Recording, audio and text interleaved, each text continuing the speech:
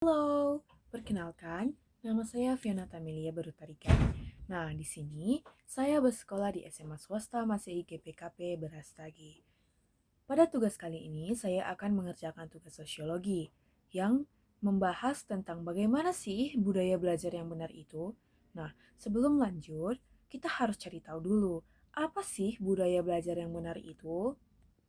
Nah, jadi budaya belajar yang benar itu adalah lingkungan yang menunjukkan dan mendorong pembelajaran individu dan organisasi di mana perolehan berbagai pengetahuan diprioritaskan dan dihargai.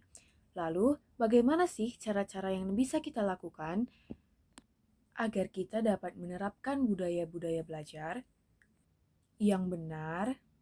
Jadi teman-teman, di sini saya akan berbagi beberapa cara agar kita bisa menerapkan budaya belajar yang benar. Yang pertama, kita harus menyiapkan roster atau rute dalam belajar. Ini bertujuan agar kita tidak kesulitan dalam menentukan waktu kita harus belajar dan tidak juga mengganggu waktu kita dalam bermain. Jadi kita bisa menyeimbangkan waktu kita beristirahat ataupun bermain dengan waktu kita belajar. Dan hal ini tidak akan membuat kita stres karena semuanya akan teratur dari awal hingga akhir. Selanjutnya, ada belajar berliterasi. Nah, belajar berliterasi ini teman-temannya sangat penting. Kenapa? Dikarenakan dengan berliterasi kita akan mendapatkan banyak ilmu.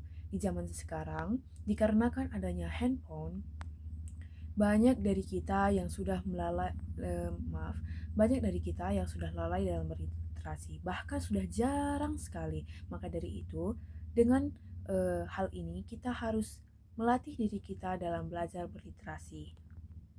Yang ketiga adalah menjauhi hal-hal yang buruk. Adalah untuk menjauhi hal-hal buruk. Nah, di sini kita bisa mengurangi hal-hal seperti menunda-nunda pekerjaan ataupun menunda-nunda belajar, ya, seperti itu teman-teman. Nah, di sini kita mulai dengan mengerjakan PR ataupun tugas yang diberikan guru.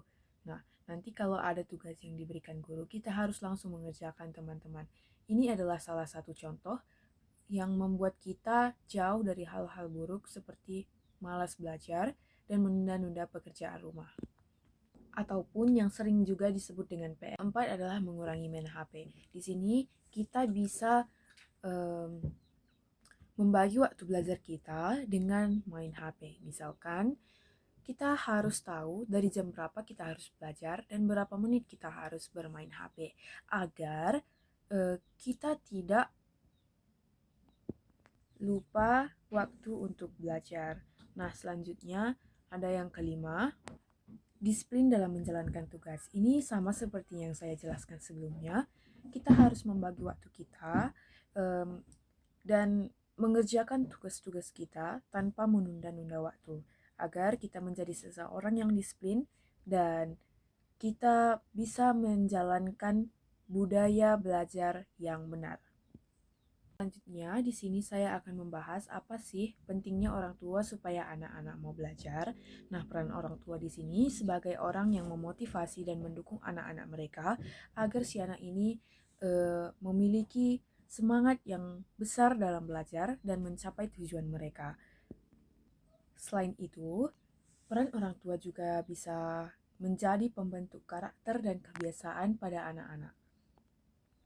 Selanjutnya, apa sih pentingnya motivasi dalam membentuk semangat belajar? Nah, jadi motivasi ini merupakan salah satu bentuk faktor pendorong terjadinya semangat. Dikarenakan apresiasi yang diberikan oleh orang-orang sekitar terhadap diri kita. Sehingga kita punya kepercayaan diri dan semangat untuk mencapai sesuatu yang kita inginkan. Selain itu, motivasi juga bisa berfungsi sebagai pendorong agar kita menjadi orang yang lebih baik dan menjadi pendorong untuk kita supaya kita bisa mencapai hasil yang lebih baik lagi. Sekian dari saya Fiona Tamelia, saya pamit undur diri. Terima kasih.